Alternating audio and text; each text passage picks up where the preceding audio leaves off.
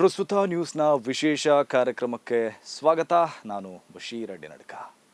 ಕೇವಲ 100 ದಿನಗಳ ಹಿಂದೆ ಅಮೆರಿಕ ಮತ್ತು ಇಸ್ರೇಲ್ ಜೊತೆಯಾಗಿ ಸೇರಿ ಇರಾನನ್ನು ಒಡೆಯಲು ಬಂದಿದ್ರು. ಆದರೆ ಈಗ ಎಲ್ಲವೂ ಉಲ್ಟಾ ಪಲ್ಟಾ ಆಗಿದೆ. ಯಾರು ಇರಾನನ್ನು ಒಡೆಯಲು ಬಂದಿದ್ರು ಅವರೇ ಒಡೆದು ಹೋಗಿದ್ದಾರೆ. ಒಂದೇ ನಾಣ್ಯದ ಎರಡು ಮುಖಗಳಂತೆ ಇದ್ದ ಅಮೆರಿಕ ಮತ್ತು ಇಸ್ರೇಲ್ ದೂರ ದೂರ ಆಗ್ಬಿಟ್ಟಿದೆ. ಅಮೆರಿಕ ಶಾಂತಿ ಒಪ್ಪಂದಕ್ಕೆ ಕೂತ್ರೆ ಇಸ್ರೇಲ್ ಬಾಂಬ್ ಸುರಿಯೋದನ್ನ ಮುಂದುವರಿಸಿದೆ. ಒಬ್ರು ಶಾಂತಿ ಮಂತ್ರ ಜಪಿಸ್ತಾ ಇದ್ರೆ ಮತ್ತೊಬ್ರು ಸರ್ವನಾಶ ಅಂತ ಹುಂಕರಿಸ್ತಾ ಇದ್ದಾರೆ. ಈಗ ಅಮೆರಿಕ ನಡುವೆ ಈ ಹಿಂದಿನ ಮಿತ್ರತ್ವ ಇಲ್ಲ, ಈ ಹಿಂದಿನ ಸಂಬಂಧವೂ ಇಲ್ಲ, ಈ ಹಿಂದಿನ ಸಹಯೋಗವೂ ಇಲ್ಲ. ಇಬ್ಬರ ನಡುವೆ ಮನಸ್ತಾಪ ಮೂಡ್ತಾ ಇರೋದು ಕ್ಲಿಯರ್ ಆಗಿ ಕಾಣ್ತಾ ಇದೆ. ಮಕ್ಕಳು ಮತ್ತು ಮಹಿಳೆಯರನ್ನ ಕೊಲ್ಲುವ ಜಿಯೋನಿಸ್ಟ್ ಇಸ್ರೇಲಿನ ಪಾಪದ ಕೊಡ ಕೊನೆಗೂ ತುಂಬಿದೆ ಅಂತ ಅನಿಸ್ತಾ ಇದೆ. ಇರಾನಿನ ಸರ್ವನಾಶಕ್ಕಾಗಿ ವರ್ಷಗಳ ಕಾಲ ಅಮೆರಿಕದ ಬಾಲ ಹಿಡಿದಿದ್ದ ಇಸ್ರೇಲ್ ಈಗ ಅಮೆರಿಕದೊಂದಿಗೆ ಮನಸ್ತಾಪ ಮಾಡಿಕೊಂಡಿದೆ. ಇರಾನ್ ಮತ್ತು ಅಮೆರಿಕ ಶಾಂತಿ ಒಪ್ಪಂದ ಮಾಡಿರುವುದು ಇಸ್ರೇಲಿಗೆ ದೊಡ್ಡ ಆಘಾತ ಕೊಟ್ಟಿದೆ. ಅಮೆರಿಕ ಮತ್ತು ಇರಾನ್ ನಡುವಿನ ಶಾಂತಿ ಒಪ್ಪಂದ ಏನಿದೆಯೋ ಅದು ಮಧ್ಯಪ್ರಾಚ್ಯದಲ್ಲಿ ಇರಾನನ್ನ ಹೊಸ ಬಾಸ್ ಸ್ಥಾನಕ್ಕೇರಿಸಲಿದೆ. ಅದೇ ಕಾರಣಕ್ಕೆ ಈ ಶಾಂತಿ ಮಾತುಕತೆಯನ್ನ ಹಳಿ ತಪ್ಪಿಸಲು ಇಸ್ರೇಲ್ ಈಗ ಲೆಬನಾನ್ ಮೇಲೆ ಭೀಕರ ದಾಳಿ ನಡೆಸ್ತಾ ಇದೆ. ಇಸ್ರೇಲಿನ ಈ ಕುತಂತ್ರದಾಟ ಅಮೆರಿಕದ ಕಣ್ಣು ಕೆಂಪಾಗಿಸಿದೆ. ಈಗ ಪರಿಸ್ಥಿತಿ ಎಲ್ಲಿಗೆ ಬಂದಿದೆ ಅಂದರೆ ಅಮೆರಿಕ ಮತ್ತು ಇಸ್ರೇಲ್ ನಡುವೆ ಬಿರುಕು ಮೂಡಿದೆ. ಟ್ರಂಪ್ ಮತ್ತು ನೆತನ್ಯಾಹು ನಡುವೆ ಜಗಳ ಎದ್ದಿದೆ. ಈ ಜಗಳ ಮುಂದುವರಿದ್ರೆ ಅಮೆರಿಕ ಮತ್ತು ಇಸ್ರೇಲ್ ಮತ್ತಷ್ಟು ದೂರವಾದರೆ ಮಧ್ಯಪ್ರಾಚ್ಯದಲ್ಲಿ ಇಸ್ರೇಲ್ ಇನ್ಮೇಲೆ ಆತಂಕದಲ್ಲೇ ಕಾಲ ಕಳಿಬೇಕಾಗ್ಬೋದು.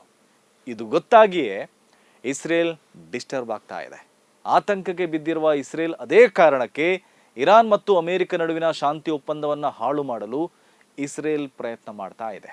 ಶಾಂತಿಯನ್ನ ಹಾಳು ಮಾಡಲು ಲೆಬನಾನ್ ಮೇಲೆ ಇಸ್ರೇಲಿನ ಬಾಂಬ್ಗಳು ಸಿಡಿತಾ ಇವೆ.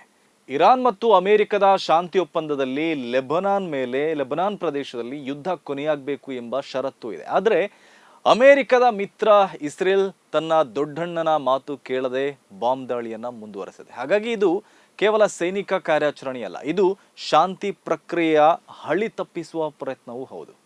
ಅಮೆರಿಕ ಮತ್ತು ಇರಾನ್ ಶಾಂತಿಯತ್ತ ಹೆಜ್ಜೆ ಇಡ್ತಾ ಇರುವ ಸಂದರ್ಭದಲ್ಲಿ ಇಸ್ರೇಲ್ ಯುದ್ಧದ ಬೆಂಕಿಗೆ ಮತ್ತಷ್ಟು ಇಂಧನ ಸುರಿತಾ ಇದೆ. ಲೆಬನಾನ್ ಸಂಪೂರ್ಣ ಸುಟ್ಟು ಭಸ್ಮ ಆಗಬೇಕು ಅಂತ ಇಸ್ರೇಲ್ನ ರಾಷ್ಟ್ರೀಯ ಭದ್ರತಾ ಸಚಿವ ಬೆನ್ ಗ್ವಿರ್ ಹೇಳಿದ್ದಾರೆ. ಇಸ್ರೇಲ್ ನರಕದ ಬಾಗಿಲುಗಳನ್ನು ತೆರೆಯಬೇಕು ಅಂತ ಅಲ್ಲಿನ ಹಣಕಾಸು ಸಚಿವ ಸ್ಮೋಟ್ರಿಚ್ ಹೇಳಿದ್ದಾರೆ.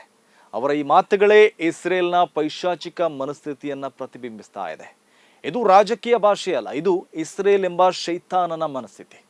ಇಸ್ರೇಲಿನ ಈ ರೀತಿಯ ನಡೆನುಡಿಗಳ ಹಿಂದೆ ಒಂದು ಭಯ ಇದೆ, ಒಂದು ಆತಂಕ ಇದೆ. ಅದು ಇರಾನ್ನ ಹೆಚ್ಚುತ್ತಿರುವ ಪ್ರಭಾವ. ಮಧ್ಯಪ್ರಾಚ್ಯದಲ್ಲಿ ಇರಾನ್ ಪ್ರಭಾವ ಹೆಚ್ಚಾದ್ರೆ ಅಲ್ಲಿ ಇಸ್ರೇಲ್ ಬಾಲ ಮುದುಡಿ ಕೂರ್ಬೇಕಾಗತ್ತೆ. ಅದರಲ್ಲೂ ಇಸ್ರೇಲಿಗೆ ಇನ್ಮುಂದೆ ಅಮೆರಿಕದ ಸಹಕಾರ ಸಿಗದಿದ್ರೆ ಇಸ್ರೇಲ್ನ ಕತೆ ಅಷ್ಟೇ. ಅಮೆರಿಕ ಇಲ್ಲದೆ ಒಂಟಿ ಇಸ್ರೇಲ್ ಏನೇನು ಮಾಡೋಕ್ಕಾಗಲ್ಲ ರೀ.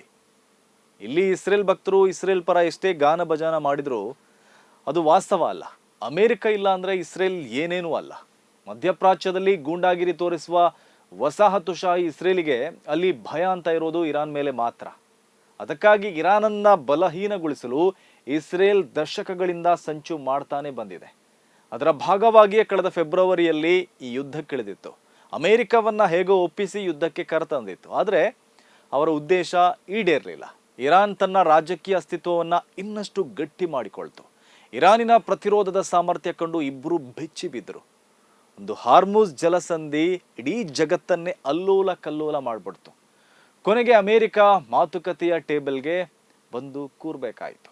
ಈಗ ಇರಾನ್ ಜೊತೆ ಅಮೆರಿಕ ಮಾತುಕತೆ ನಡೆಸಿದ್ದು ಶಾಂತಿ ಒಪ್ಪಂದ ಮಾಡಿರುವುದು ಇಸ್ರೇಲಿಗೆ ಅರಗಿಸಿಕೊಳ್ಳೋಕೆ ಸಾಧ್ಯ ಆಗ್ತಾ ಇಲ್ಲ.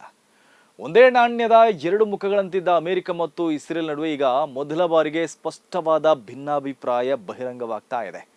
ಡೊನಾಲ್ಡ್ ಟ್ರಂಪ್ ಬಹಿರಂಗವಾಗಿ ಕದನ ವಿರಾಮಕ್ಕೆ ಕರೆ ನೀಡಿದ್ದಾರೆ. ಅಮೆರಿಕ ಉಪಾಧ್ಯಕ್ಷ JD ವ್ಯಾನ್ಸ್ ಕೂಡ ಶಾಂತಿ ಪ್ರಕ್ರಿಯೆಯನ್ನ ಗೌರವಿಸುವಂತೆ ಇಸ್ರೇಲ್ಗೆ ಮನವಿ ಮಾಡಿದ್ದಾರೆ. ಆದರೆ ಇಸ್ರೇಲ್ ಮಾತ್ರ ತನ್ನ ಕಾರ್ಯಾಚರಣೆಯನ್ನ ಮುಂದುವರಿಸ್ತಾ ಇದೆ.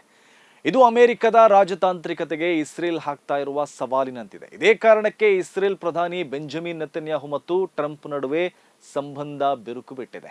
ತಾನು ಶಾಂತಿ ಮಾಡುವಾಗ ನೆತನ್ಯಾಹು ಯುದ್ಧ ಮಾಡ್ತಿರೋದು ಟ್ರಂಪ್ ಅವರ ಕಣ್ಣು ಕೆಂಪಾಗಿಸಿದೆ. ಅಮೆರಿಕ ಸಂಧಾನ ಮಾಡ್ತಾ ಇರುವಾಗ ಇಸ್ರೇಲ್ ಸಂಘರ್ಷವನ್ನ ಮುಂದುವರಿಸಿರುವುದು ಟ್ರಂಪ್ಗೆ ಅಪಮಾನವಾದಂತಿದೆ.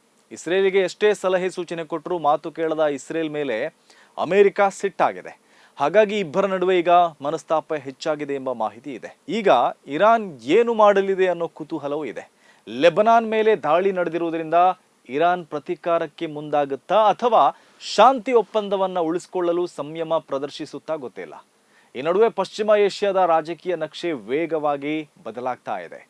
ಈ ಬದಲಾವಣೆಯ ಕೇಂದ್ರ ಬಿಂದುವಿನಲ್ಲಿ ಈಗ ಹೊಸ ಸಮೀಕರಣಗಳು ಕಾಣ್ತಾ ಇದೆ.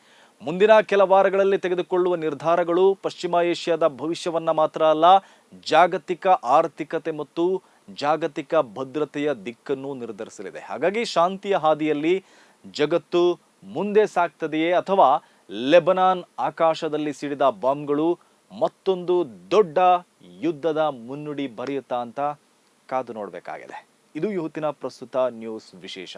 ಸುದ್ದಿಗಳ ವಸ್ತುನಿಷ್ಠ ವಿಶ್ಲೇಷಣೆಗಾಗಿ ನೋಡ್ತಾ ಇರಿ ಪ್ರಸ್ತುತ ನ್ಯೂಸ್.